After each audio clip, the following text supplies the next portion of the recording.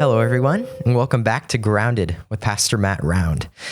This week's question comes from a listener. If God is good, then why do people go to hell? This is a question that I have heard a lot throughout my life, and you probably have as well. So we're going to get an answer for that question today from Pastor Matt Round. Hello, Pastor Matt. Hey, Noah. All right, so the answer to this question is in some ways long enough to write books about and short enough that we could probably answer it in about 30 seconds. But then I'm sure there'd be a lot of follow-up questions. So we're going to land definitely somewhere in the middle of those two. And I want you to do me a favor, if you could. Just repeat the question exactly the way that it was asked for me, if you would, and then I want to modify it just a little bit. So how was that question asked by the listener? If God is good, and I wrote this as they were telling it to me, so it is accurate. If God is good, then why do people go to hell? Good. All right. So if God is good, then why do people go to hell? Another way that we hear that quite often is if God is love, how can he send people to hell? Or how can a loving God send people to hell? And the reason I ask you to repeat that is because I want to first focus on when we answer that question, we have to make sure that we're talking about the same thing. Defining terms is important. When we talk about God being good, or when we talk about God being loving, are we talking about a God who does not punish what is wicked? And we would kind of instinctually say, no, that's not what we're talking about. We want evil dealt with. But we have to understand that when we're talking about a good God, and we are talking about a good God, when we're talking about a loving God, and we are talking about a loving God, we have to make sure that we're not limiting those things to not only a finite human definition, but a really narrow understanding of what we want those words to mean in the moment. If God is good, then that means that there is no evil, no wickedness, no darkness in him. If God is love, then, even using the definition of love coming out of 1 Corinthians 13, that love doesn't delight in evil, but it rejoices with the truth. For God to be loving, for God to be good, means that he must have an averse reaction to those things that are not good, that are not loving. It's a fairly common illustration, but I think it fits. The idea of a judge who, out of his love or kindness, pardoned every murderer that was brought before him. We wouldn't say that that was a good judge. We certainly wouldn't say that that was a just judge. We wouldn't say that that was a right or righteous judge. And in fact, we wouldn't even say that that was a loving judge. To fail to deal with sin wouldn't make God loving. It would actually make him less than loving. It wouldn't make him good. It would make him less than good. To understand who God is, we have to see him in his holiness, in the perfection of all that he is. That means when we talk about the God who is love, the God who is good, he is also the God who is just. He is also the God who is merciful. All these things that we hold to be intention or maybe even contradictions in our mind, they're not. They're all perfect in God. He is the perfection of all of these things. So when we talk about a good and loving God, we are not talking about a good and loving God who then cannot do anything that is just or anything that deals rightly with injustice or sin. For God to be good, as that question frames it, actually demands that he is a God who exercises justice and judgment against sin. The second part of that is, why do people go to hell, or why does God send people to hell? And again, that frames the question in the sense of God, against a person's will and desire, separating them from him forever toward eternal punishment. The reality is that that is not the case. That's not what's happening. Does God condemn people? Does God judge people? Does God cast people into hell? And the answer is a biblical and a very real yes. But does God cast away those who would turn to him, those who would do what is right, those who would want to be or long to be in relationship with him? And the answer is absolutely not. And the question at the very heart of all of that is, what condemns someone to hell in the first place? And if you read through particularly Romans 1, and I don't want to read huge lengthy passages, but it's important.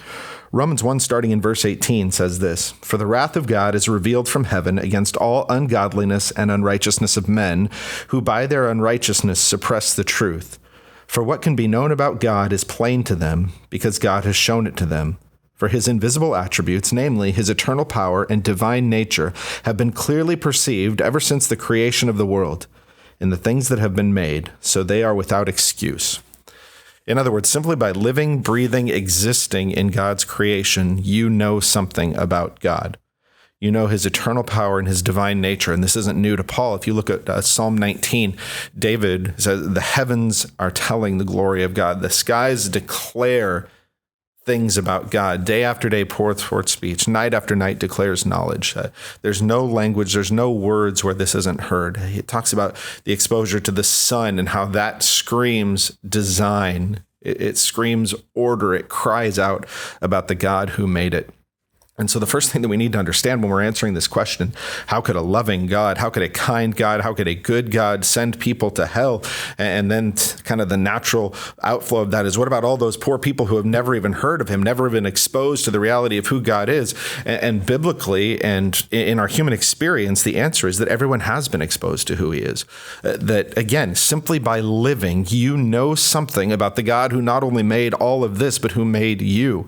And Romans 1 verse 18 says that wrath is revealed from heaven against all ungodliness and unrighteousness of men, who by their unrighteousness suppress the truth. That's the other reality. Not only that men know and understand that there is a God, but that it takes an active volition of the will to suppress that truth. In the summer, you go into the pool and you bring a beach ball with you. And one of the cool things that you do is you push that ball under the water, and then you walk up next to someone and you let it go, and it just bursts up in front of them and shocks them and soaks them. And that's a great thing to do. The picture here is that on our own, in our natural human will, the fallen state of who we are, our consistent and constant and universal human response is to take that picture of who God is, that understanding that creation itself has revealed to us, and through an act of wickedness, willful wickedness, to push that down and reject it. That's why verse 21 says, "For although they knew God, they did not honor him as God or give thanks to him, but they became futile in their thinking, and their foolish hearts were darkened. Claiming to be wise, they became fools, and they exchanged the glory of the immortal God for images resembling mortal man and birds and animals and creeping things." The universal reality is not only that man knows about God, but that man desires to worship something. And again, through every culture and every time and every language and every place, you find men in worship to something. Because we know it's not out of ignorance that man worships, but in our refusal to worship the one who is worthy of our worship, we choose to worship things in creation. Rather than worshiping the creator, we worship the creation because we can form it, we can mold it, we can manipulate it. If I have a God that I have made in my image, well, then I have some say in what that God is like. But if the God who formed and filled the universe and made me and has called me, well, then he gets to set the standard for what my life looks like. And again, in our natural, darkened state, we don't want that. We actively suppress the truth of who God is. We actively pursue our own will. The Bible repeatedly speaks to the idea that there aren't just good people ignorantly walking around hoping to stumble into the knowledge of God. All of us, like sheep, have gone astray. There's none righteous. There's not one. We've all turned aside. We've all pursued our own lusts, our own passions, our own desires. As the Bible talks about humanity, it does not talk about us in terms of generally good and trending toward godliness. It doesn't even talk about us as neutral, but hoping to find the right. as you describe the natural man, his will is bent on doing his own will. And so when you ask the question, why does a good God send, allow, however you want to phrase it, people to go to hell? You are fundamentally misunderstanding the idea not only of God's goodness or God's love or whatever you want to put in the first part of that question. You're misunderstanding the natural inclination of man in the second part. The idea that somehow God stands as a barrier to relationship with him, when in reality it is our sin that forms that barrier to relationship with him. When you understand the depth of our sin, when you understand the idea that my whole desire on my own is not to seek the God who made me, but to establish myself as the God of my own universe, and then the question isn't why would a good God send people to hell? Then the question is, why would this God bother to redeem anyone when there is no good thing in us that would demand that? The question isn't why does God send people to hell? It's why does God enable anyone to live with him in heaven? And that is why we talk about sin, and that's why we talk about the gospel like we did in the last episode. And I'd encourage you to go back and listen to that if you haven't. Because sin has a wage, sin has a cost, sin has a price. And the universal fact of us being sinners means that universally and as a whole, individuals and collectively, we deserved hell. That was our whole trajectory.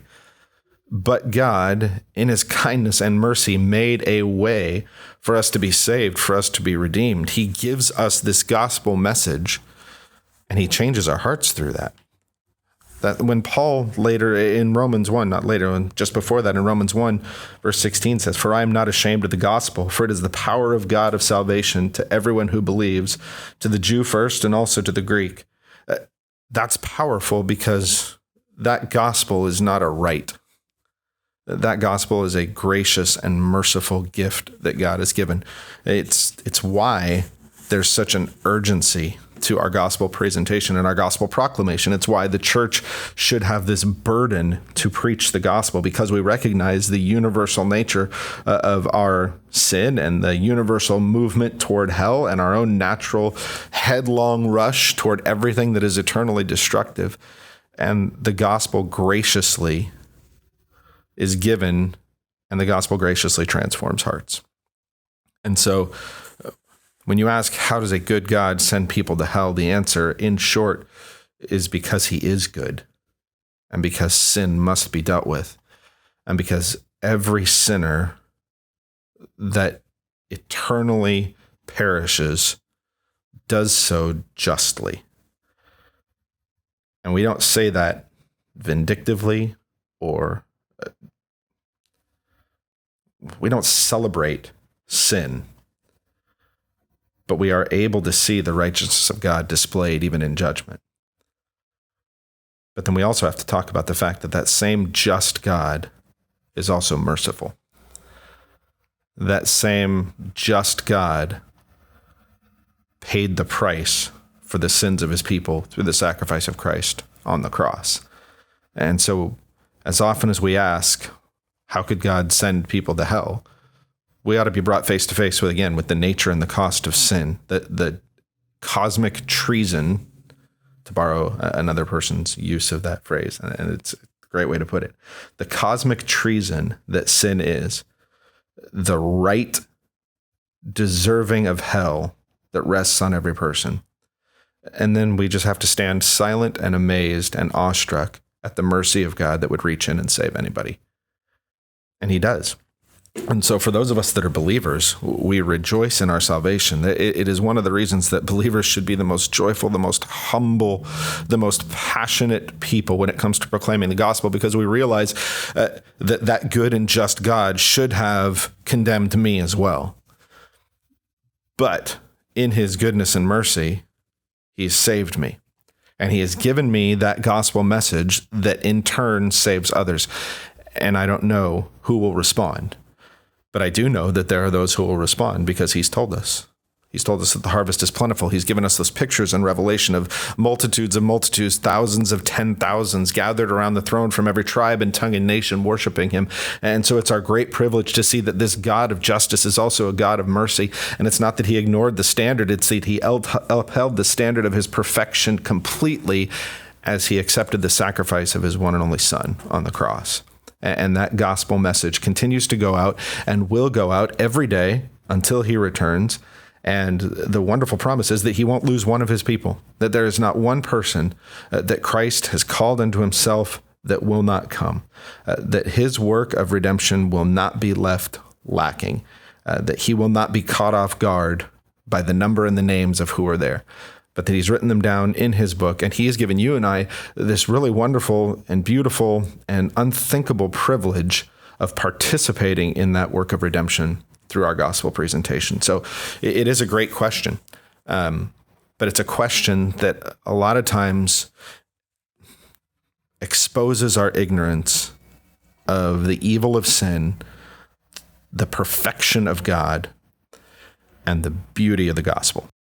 It's truly breathtaking, Pastor Matt. Thank you very much. And thank you for listening to episode 8 of the Grounded podcast. We'll see you next week, and we will answer the question, how can a Christian overcome addiction? It's a good one. We'll see you then.